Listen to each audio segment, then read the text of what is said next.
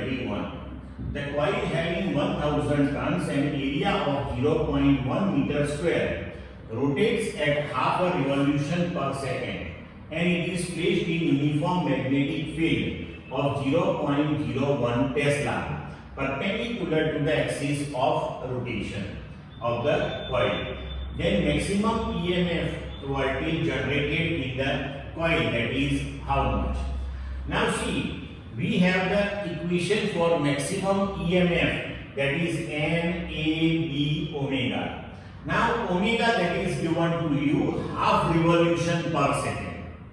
So half revolution per second, you have to convert it in radian per second.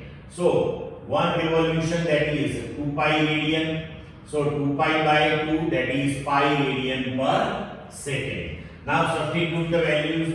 1000 turns given to you, area that is 0.1 meter square, B that is 0.01 Tesla, and omega that is pi radian per second, means you can write 3.14. Solve it, you will get the answer 0.314 volt, means your answer that is D. Now question number 22. Out of the following given loops, in which loop the direction of the induced current, that is from A, C, B. Here you have to use Lenz's law. When the motion of the loop is given to you in or out of the magnetic field, the flux associated with the loop will change. And as per Lenz's law, the change in flux that will be opposed. In that way, the EMF will be induced and the current will be induced. So here see, in this particular case of D, your loop that is going out of the magnetic field.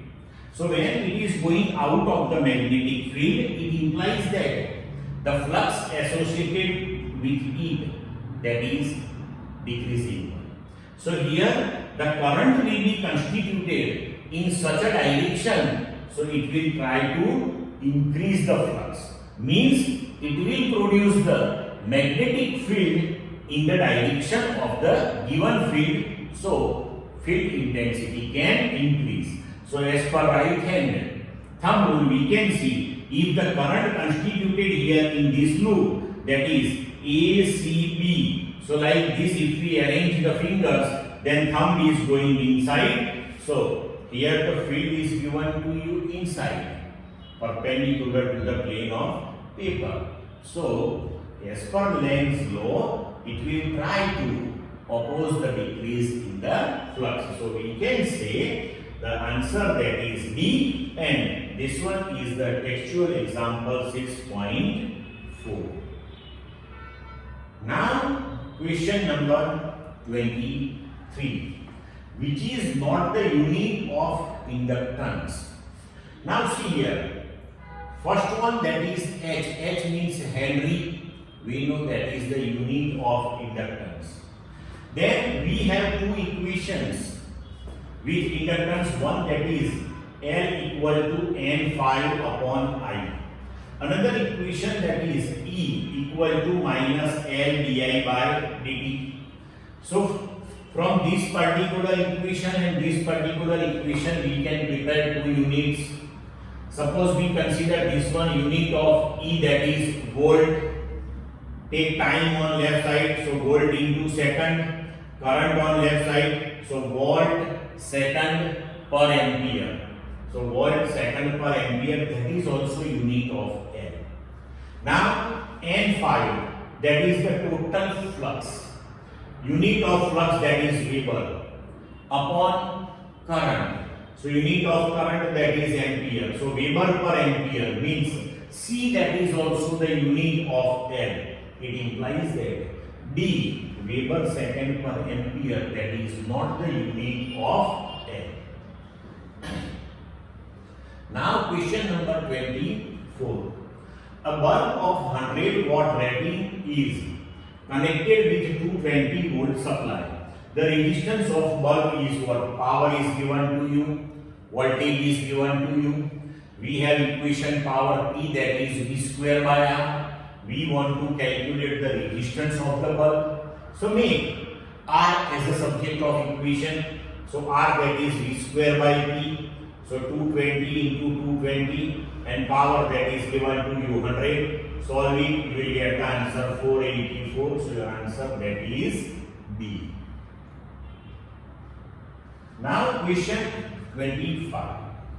A sine voltage having maximum value of 283 volt and frequency of 50 Hz is applied to LCR series connection, where R equal to 3 ohm, L that is 25.48 millihenry, capacitance that is 796 microfarad, then impedance is what at resonance condition.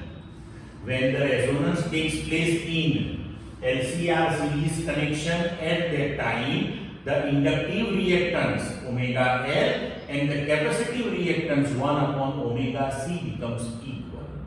So our Z, that is under root R square plus omega L minus 1 upon omega C whole square. But omega L and 1 upon omega C are equal, so it will be cancelled.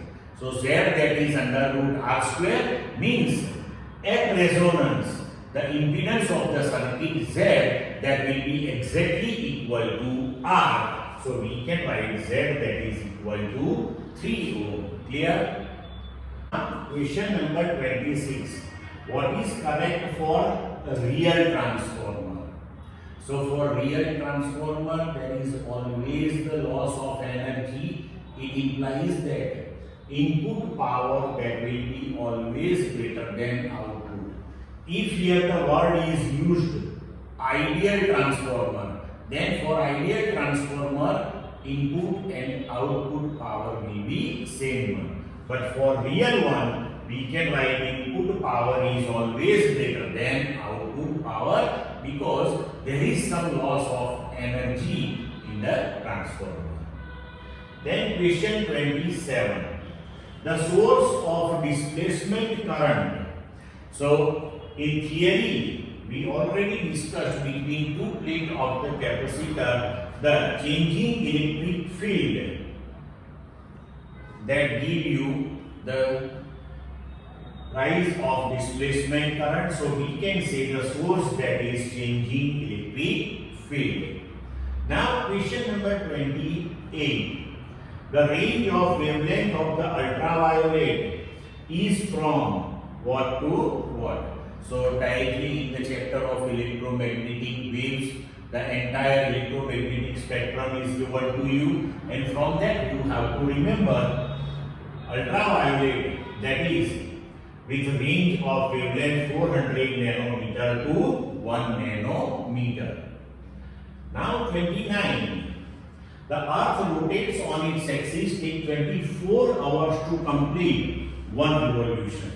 Then how much time it takes at sun from earth to have shift of 1 degree? Very simple question. Just you have to use unitary method. 360 degree rotation, one complete rotation, revolution, that is in 24 hours. So we can say 360 degree rotation, that is in 24 hours means 24 into 60 minutes. Then 1 degree in how much time? So 24 into 60 by 360, and you will get the answer 4 minutes. Clear? Now next question 30. For a glass lens f equal to plus 50 centimeter, then power of the lens is how much? Now be careful. The unit of the power, that is diopter, and diopter, that is meter inverse. It implies that first of all you have to take the focal length of the glass lens in meter. So f, that is plus 50 centimeter, so that is 0.5 meter. Now power, P, that is 1 upon F, that is 1 upon 0.5. So that is plus 2 diopter, means your answer that is A. Clear? Now question number 31. A lens with refractive index n equal to 1.5 is placed in a liquid to make it disappear. The value of n of liquid, that should be what? Now see here, we have the equation 1 upon f, that is equal to n2 upon n1 minus 1. n2, that is the refractive index of the material of lens, and n1, that is the refractive index of the medium in which it is placed, into 1 upon r1 minus 1 upon r2. When lens disappear in the liquid, it implies that it will behave like a simple plate. So here, if we take n2, that is equal to n1, then this is 1 minus 1, that is 0, so 1 upon f, that is 0. If 1 upon f, that is 0, then f, that is infinite, it implies that your lens will behave like a simple glass plate. Okay, it implies that here the value of n for the liquid, that should be equal to 1.5, then lens will disappear in the liquid. Now question number 32. What is the type of nature of image formed for an object placed on axis of the concave mirror between pole and center? So if the object is placed between pole and center of curvature, then the image, that will be virtual, erected and magnified one. So answer, that is D. And depending on the position of the object where the image formation takes place, related to this one in standard 10, you studied all the figures. So as per that, directly you can give the answer. Now question 33.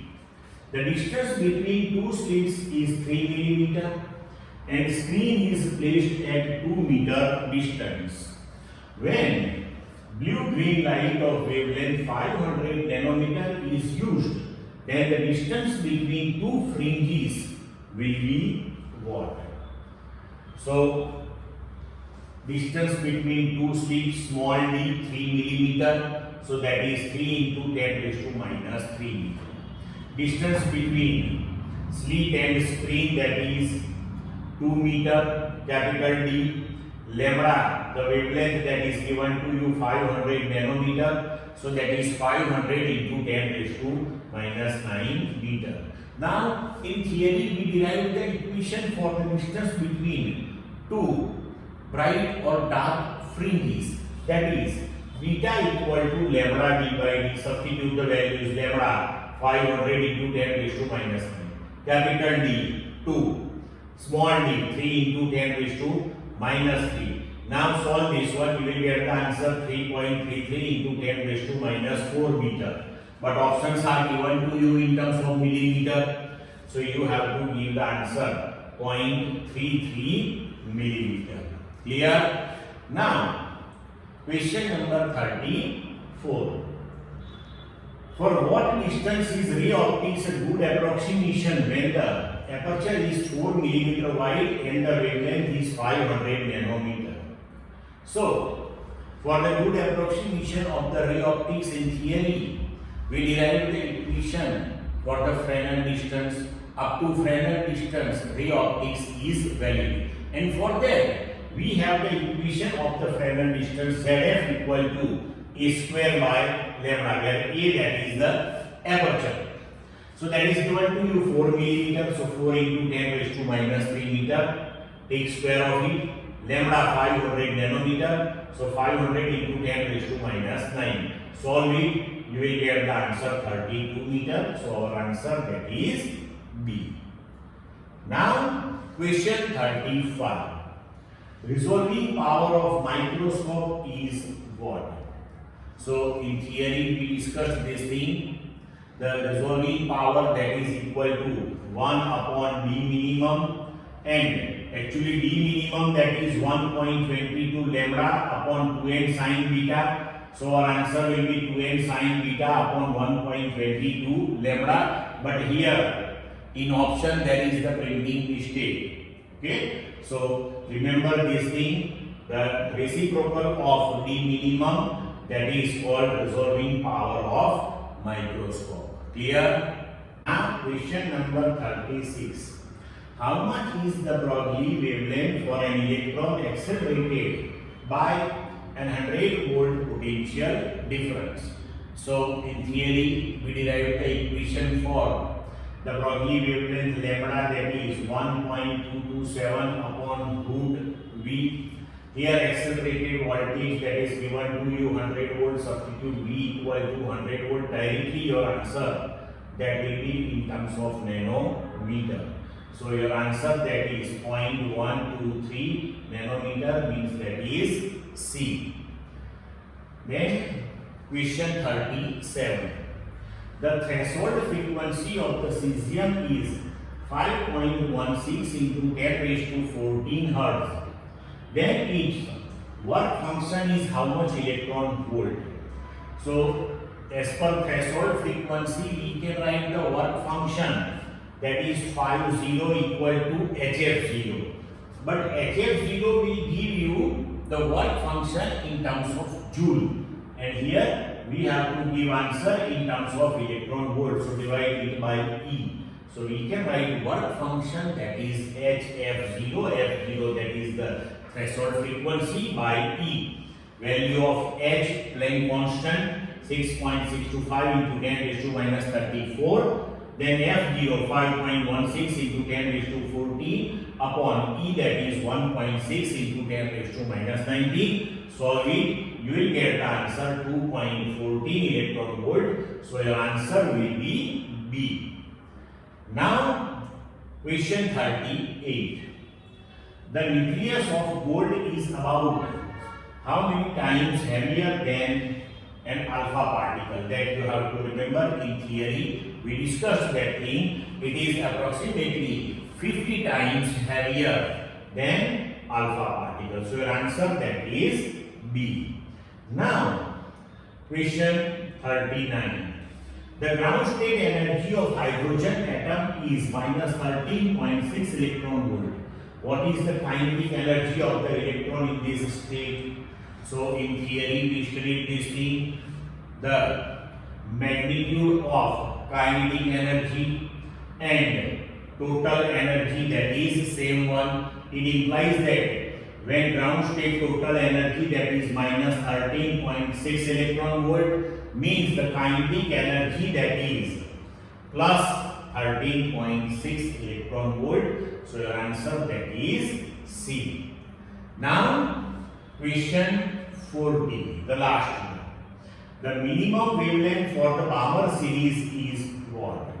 So we have the equation for the wavelength of Balmer series for different spectral lines. 1 upon lambda, that is equal to R into 1 upon 2 square minus 1 upon n square. Now for minimum wavelength we have to take n that is equal to infinite. So if we take n equal to infinite, this part will be 0. So R into 1 upon 2 square, so that is R by 4. So your 1 upon lambda, that is R by 4. So your lambda that is equal to 4 by R. So your answer that is C. Clear? So GUJCET paper 2020 is completed.